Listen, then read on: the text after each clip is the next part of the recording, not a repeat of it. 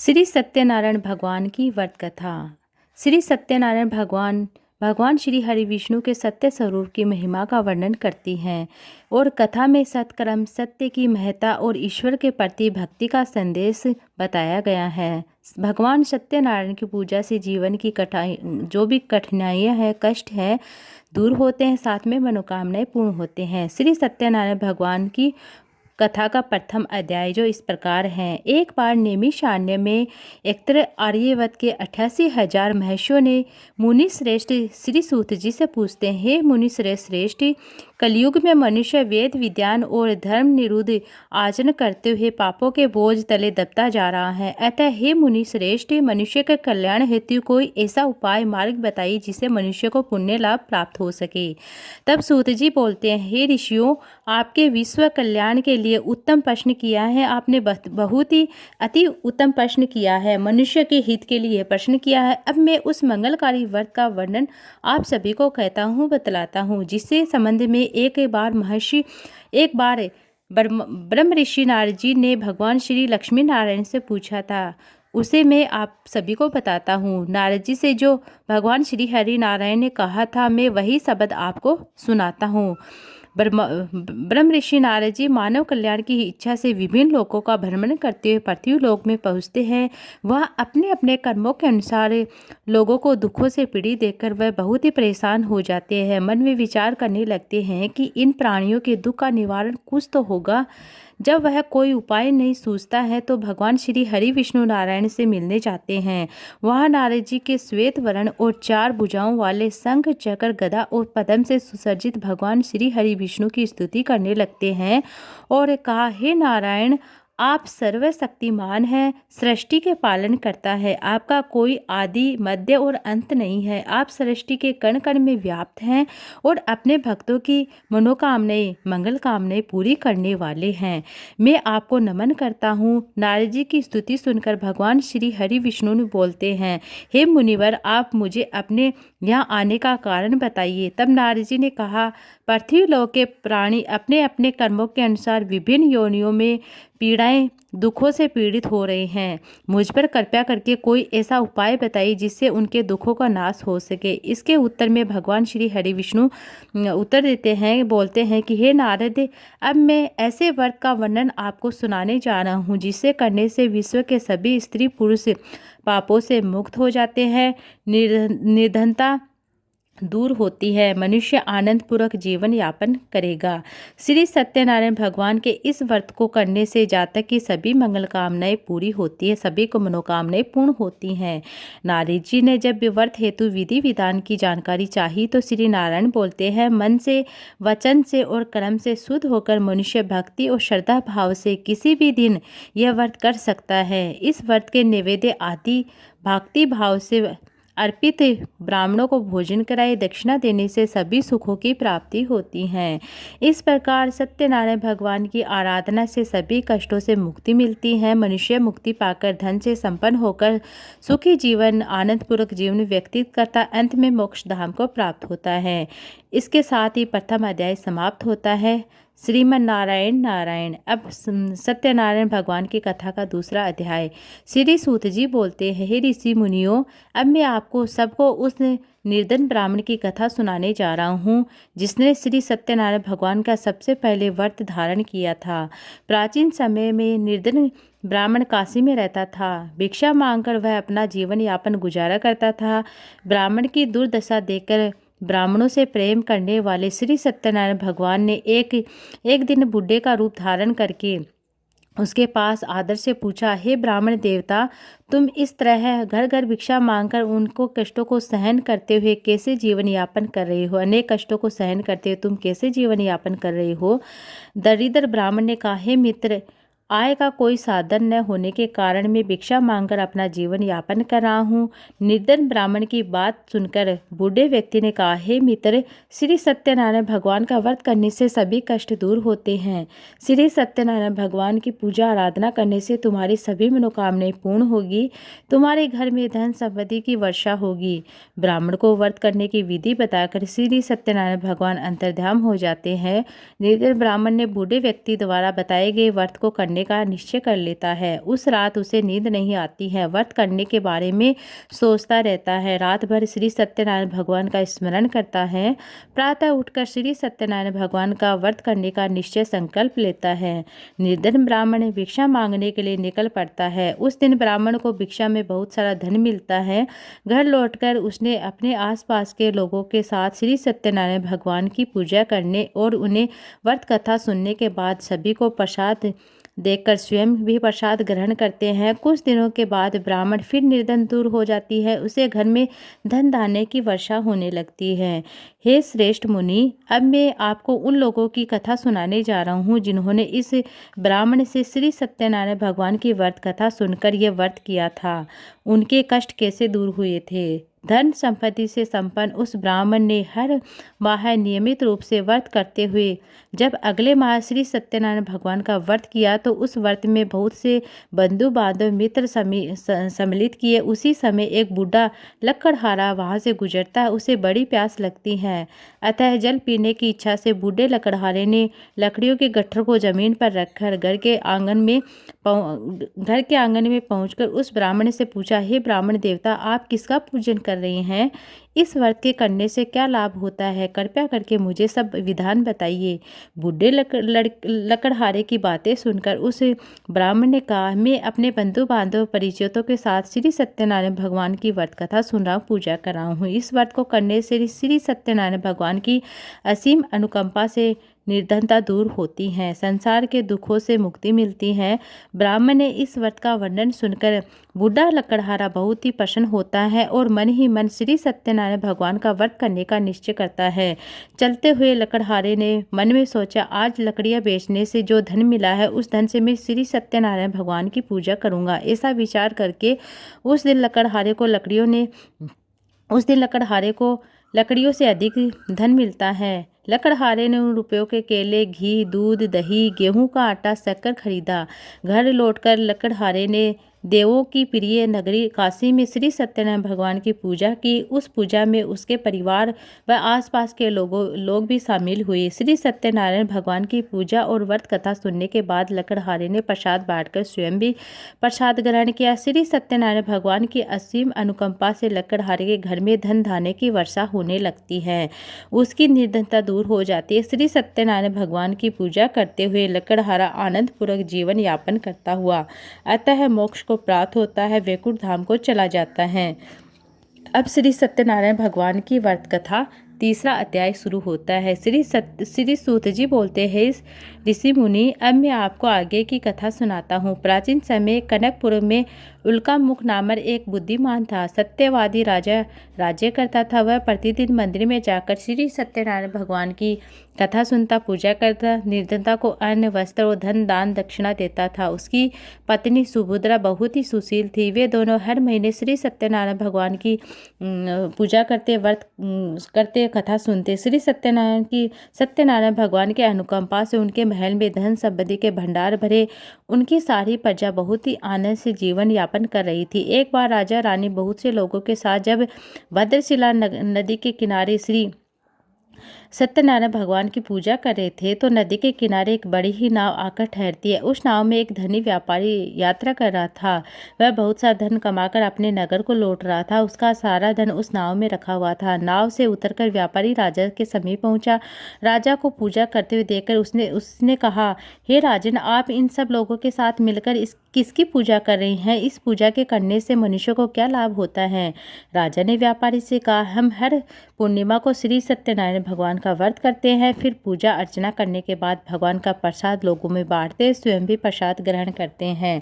श्री सत्यनारायण भगवान की पूजा से दुख दूर होते हैं, दुख का निवारण होता है। राजा की बात सुनकर व्यापारी ने कहा, हे राजन, मैं भी श्री सत्यनारायण भगवान का व्रत करना चाहता हूँ, कृपया करके मुझे भी इस व्रत को करने की विधि बताइए। राजा ने व्यापारी को श्री सत्यनारायण भगवान की व्रत की पूरी विधि बता दी। राजा ने व्रत कथा सुनने के बाद व्यापारी को भी प्रसाद दिया। श्री सत्यनारायण भगवान का स्मरण करते हुए व्यापारी ने प्रसाद ग्रहण किया और लौटकर अपनी पत्नी लीलावती से कहा, हमारी कोई संतान नहीं है, यदि श्री सत्यनारायण भगवान के अनुकंपा से हमारी कोई संतान हुई तो मैं श्री सत्यनारायण भगवान का व्रत अवश्य करूंगा। व्यापारी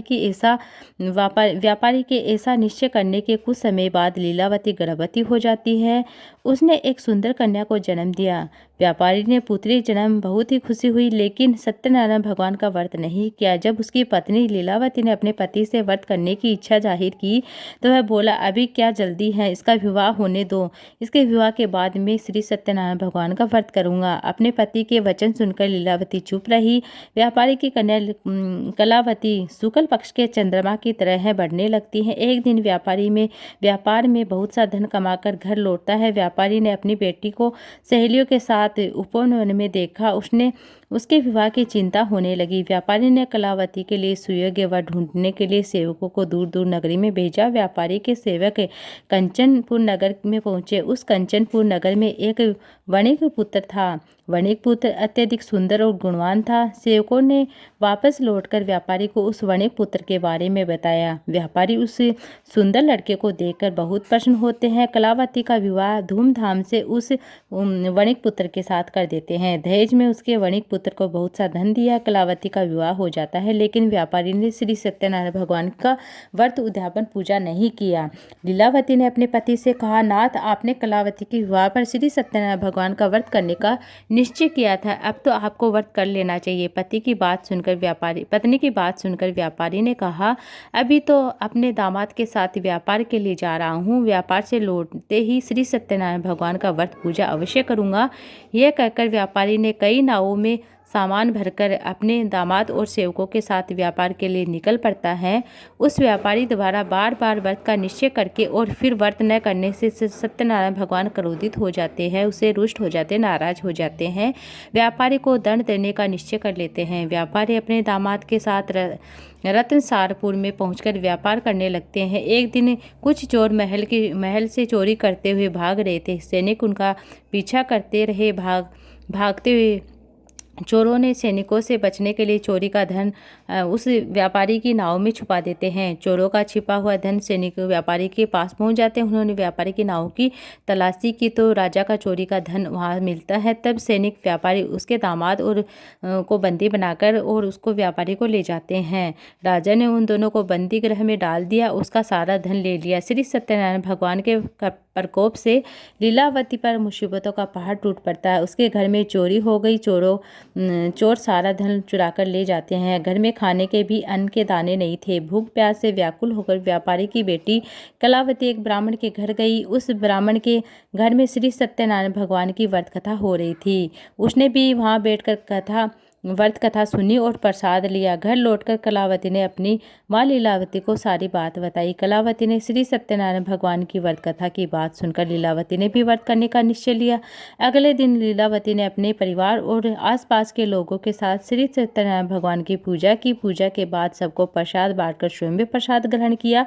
लीलावती ने अपने पति और दामाद के घर लौटने की मनोकामना से श्री सत्यनारायण भगवान का व्रत किया था। लीलावती के विधि पूर्वक व्रत करने और प्रसाद ग्रहण करने से श्री सत्यनारायण भगवान ने प्रसन्न होकर उसकी मनोकामना पूरी की। उन्होंने राजा चंद्रसेन को स्वप्न में दर्शन दिए। कहा, हे राजन, व्यापारी और उसका दामाद बिल्कुल निर्दोष है। सुबह उठते ही दोनों को मुक्त कर देना, उन दोनों का सारा धन भी वापस लौटा देना। यदि तुमने ऐसा नहीं किया तो मैं तेरे सारे वैभव को नष्ट कर दूंगा, सारे राज्यों को नष्ट कर दूँ। इतना कहकर श्री सत्यनारायण भगवान अंतर्ध्यान हो जाते हैं। प्रातः होते ही राजा चंद्रसेन ने अपने मंत्री और राज ज्योतिषों के साथ रात में स्वप्न की बात उन्हें बताते हैं और सबने व्यापारी उसके दामाद को छोड़ने की बात कहते हैं। राजा चंद्रसेन ने तुरंत उस व्यापारी दामाद को छोड़ दिया, उसका सारा धन वापस ले दिया। इस प्रकार श्री सत्यनारायण भगवान के अनुकंपा से व्यापारी उसका दामाद दोनों खुशी खुशी अपने नगर को लौट आते चल देते हैं। यह सत्यनारायण भगवान की कथा का अध्याय 3 नंबर समाप्त हो जाता है और श्री सत्यनारायण भगवान की कथा अध्याय नंबर 4 शुरू होता है। श्री सूत जी बोलते हैं, उस व्यापारी ने अपने दामाद के साथ शुभ मुहूर्त में नावों द्वारा रत्नसारपुर से प्रस्थान किया। लंबी यात्रा करने के बाद व्यापारी ने एक नगर के किनारे नावों को रोककर भोजन किया। फिर दोनों विश्राम करने लगते हैं। तभी श्री सत्यनारायण भगवान साधु के रूप में व्यापारी के पास पहुंचते हैं और पूछा, हे वणिक, तेरी नाव में क्या लदा हुआ है? व्यापारी ने सोचा, दंडी साधु अवश्य कुछ मांगने की इच्छा से सामान के बारे में पूछ रहा है। उस सोचकर व्यापारी ने झूठ बोला, हे दंडी, मेरी नाव में बेल पत्र हैं। व्यापारी के झूठे वचन सुनकर सत्यनारायण भगवान क्रोधित हो जाते हैं और वैश्य, जो तुमने कहा है वही सत्य हो। इतना कहकर श्री सत्यनारायण भगवान कुछ दूर चले जाते हैं, अंतर्ध्यान हो जाते हैं। उस व्यापारी दंडी साधु का वहाँ से खाली हाथ लौटकर प्रसन्न हुआ। और लेकिन जब व्यापारी ने अपनी नाव में बेलपत्र देखे तो विलाप करने लगता है, अपने झूठ बोलने पर प्रायश्चित करने लगता है। रोते रोते व्यापारी मूर्छित होकर कुछ देर बाद जब उसकी मूर्छा नष्ट हो जाती है तो उसके दामाद ने कहा, आप दुखी मत होइए, यह सब उस दंडी साधु के शोक के कारण हुआ है। अब वही साधु हमें इस विपत्ति से छुटकारा दिला सकेगा। दामाद के वचन सुनकर व्यापारी दंडी साधु की तलाश में उधर उधर चलता है। कुछ देर ढूंढने पर उसने एक वृक्ष के नीचे दंडी साधु के रूप में श्री सत्यनारायण भगवान मिले। व्यापारी ने दंडी साधु के चरणों में गिर पड़ा और क्षमा मांगी। दंडी स्वरूप सत्यनारायण भगवान बोलते, हे वणिक पुत्र, तेरे झूठ बोलने के कारण ही मैं तुझे दंड दिया। तूने बार बार मेरी पूजा करने के लिए कहा, लेकिन कभी मेरी पूजा की नहीं। व्यापारी ने तब हाथ जोड़कर कहा, हे भगवान, आप दीन दुखी के कष्ट दूर करते हो। मैं इस गलती के लिए क्षमा मांगता हूँ। आपके रूप को मैंने पहचाना नहीं। फिर भला मैं अज्ञानी के ब्रह्मा जी नहीं पहचान सकते तो फिर मैं अज्ञानी कैसे आपको पहचान सकता हूँ? आपकी लीला को कैसे समझ सकता हूँ? अब मैं जीवन में कभी झूठ नहीं बोलूँगा, सदैव श्री सत्यनारायण भगवान का व्रत पूजन करूँगा। आप मुझ पर अनुकंपा करें। व्यापारी की क्षमा याचना सुनकर दंडी को साधु ने क्षमा कर दिया। उसी समय व्यापारी की नाव में भरे हुए बेलपत्र धन धान्य से परिवर्तित हो जाते। व्यापारी ने अपने सेवकों के साथ अगले दिन श्री सत्यनारायण भगवान का व्रत करते उनकी पूजा की। सबको प्रसाद वितरित करने के बाद स्वयं भी प्रसाद ग्रहण करके व्यापारी अपने नगर को चल देता है। अपने नगर के पहुंच व्यापारी ने एक सेवक को अपने घर भेजा। सेवक ने लीलावती को सूचना दी कि उस समय लीलावती और कलावती दोनों श्री सत्यनारायण भगवान की पूजा कर रही थी। पति और दामाद के लौट आने का समाचार सुनकर लीलावती ने पूजा पूरी करने के बाद प्रसाद ग्रहण करने के बाद कलावती से कहा, बेटी, मैं नदी किनारे जा रही हूँ, तू भी प्रसाद ग्रहण कर शीघ्र आ जाना। कहकर लीलावती नदी की ओर चल पड़ती है, परंतु कलावती पति से मिलने की खुशी में प्रसाद ग्रहण नहीं करती। बिना प्रसाद ग्रहण करे नदी की ओर चल पड़ती है। उसके प्रसाद ग्रहण न करने के कारण श्री सत्यनारायण भगवान क्रोधित हो जाते हैं। उन्हें व्यापारी की नाव को डुबो देते हैं। अपने पति का वहाँ न देखकर कलावती ने रोना शुरू कर दिया। तब व्यापारी ने कहा, पुत्री, अवश्य ही तुझसे कोई भूल हुई है, इसलिए श्री सत्यनारायण भगवान ने तुझे दंड दिया है। तब व्यापारी ने सत्यनारायण भगवान से प्रार्थना की, हे भगवान, मेरे परिवार के किसी स्त्री पुरुष से यदि कोई भूल हुई है तो उसे क्षमा कर देना। तभी आकाशवाणी होती है, हे वणिक पुत्र, तेरी कन्या मेरा प्रसाद ग्रहण किए बिना ही चली आई है। यदि अब घर जाकर तेरी कन्या प्रसाद ग्रहण करके वापस आएगी तो उसे पति के दर्शन होंगे। कलावती ने वैसा ही किया। उसने प्रसाद ग्रहण करके वापस लौटकर नाव चलने के ऊपर आती है तो दामाद भी सुरक्षित नदी से निकल आता है। घर लौटकर व्यापारी ने अपने परिवार के साथ मिलकर विधि विधान के साथ श्री सत्यनारायण भगवान की पूजा की। उसकी सभी इच्छाएं पूर्ण हुई। श्री सत्यनारायण भगवान की कथा का अध्याय 5वां शुरू होता है। श्री सूत जी बोलते हैं, हे ऋषि मुनि, मैं और भी कथा सुनाता हूँ। कौशलपुर में एक राजा तुंगध्वज प्रजा उसकी छत्र छाया में आनंदपूर्वक रह रही थी। राजा तुंगध्वज अपनी प्रजा के साथ सुखपूर्वक रह रहा था, लेकिन एक बार उसने सत्यनारायण भगवान का प्रसाद ग्रहण नहीं किया था। तभी श्री सत्यनारायण भगवान ने राजा को प्रसाद ग्रहण न करने का दंड दिया। एक दिन राजा तुंगध्वज जंगल में हिंसक पशुओं का शिकार करने निकले और शिकार का पीछा करते हुए अपने सैनिकों से अलग हो गए। उसके देर तक हिंसक जानवर का शिकार किया, तब कुछ देर विश्राम करने के लिए एक वृक्ष के नीचे बैठ जाता है। समीप ही कुछ चरवाहे श्री सत्यनारायण भगवान की पूजा कर रहे थे। राजा ने उनके पास से गुजरते हुए श्री सत्यनारायण भगवान को नमस्कार नहीं किया।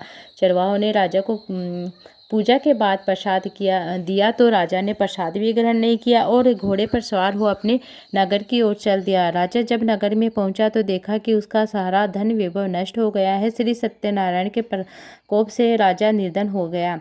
तब राज ज्योतिष ने राजा से कहा, महाराज, आपसे अवश्य कोई भूल हुई है। अगर आप उस भूल का प्रायश्चित कर लेते हैं सब कुछ पहले जैसा हो जाएगा। राजा को तुरंत अपने भूल का स्मरण दिलाते हुए अंत मंदिर में जाकर राजा ने श्री सत्यनारायण भगवान से क्षमा मांगी। उनकी पूजा की। पूजा के बाद प्रसाद ग्रहण करने से श्री सत्यनारायण भगवान की अनुकंपा से चमत्कार हुआ। राजा का खोया हुआ धन वैभव पुनः लौट आता है। श्री सत्यनारायण भगवान की कृपा से जीवन के सभी दुख दूर होते हैं। अंत में राजा मोक्ष को प्राप्त होता है। इस प्रकार श्री सत्यनारायण भगवान के व्रत और पूजा को जो भी मनुष्य करता है उसके सभी दुख चिंताएं नष्ट होते दूर होते हैं, सभी मनोकामनाएं पूर्ण होती है।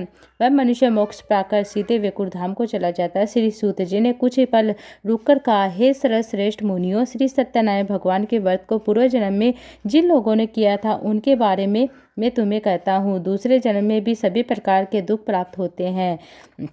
वर्द शांतनु ब्राह्मण ने पूर्व जन्म में भगवान सत्यनारायण की विधिवत व्रत किया था। वे दूसरे जन्म में सुदामा के रूप में भगवान की पूजा करते हुए अंत में मोक्ष को प्राप्त होते हैं, वैकुंठ धाम को चले जाते हैं।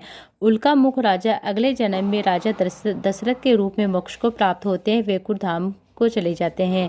व्यापारी ने मोर ध्वज के रूप में जन्म लिया था। अपने पुत्र चोर से चीरकर भगवान श्री अनुकंपा से वैकुंठ धाम को चले जाते हैं। राजा तुंग ध्वज अगले जन्म में मनु के रूप में जन्म लेकर सदकर्म करते हुए मोक्ष को प्राप्त होते वैकुंठ धाम को चले जाते हैं। हे ऋषि मुनि, श्री सत्यनारायण भगवान का व्रत और पूजा मनुष्य जो भी करता है सभी चिंताओं से मुक्त होता है, अंत में मोक्ष को प्राप्त होता है। इसके साथ ही सत्यनारायण भगवान की कथा समाप्त होते, 5वां अध्याय समाप्त होते। आशा करती हूँ श्री सत्यनारायण भगवान की असीम कृपा आप सभी भक्तजनों पर बनी रहे।